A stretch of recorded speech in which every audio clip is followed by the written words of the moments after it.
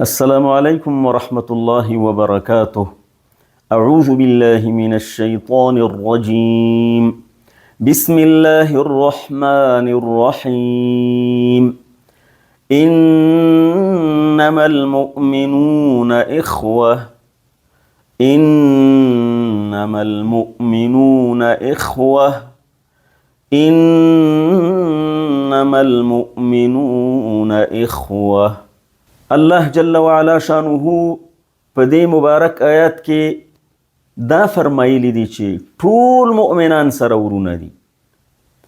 د دوی شکلونه، رنګونه، د دوی ژبې، د دوی هیوادونه، د دوی جغرافي موقعیتونه که هر څومره مختلف او بدلی، خدا چې لا اله الا الله محمد رسول الله وای دا ټول سره ورونه دي.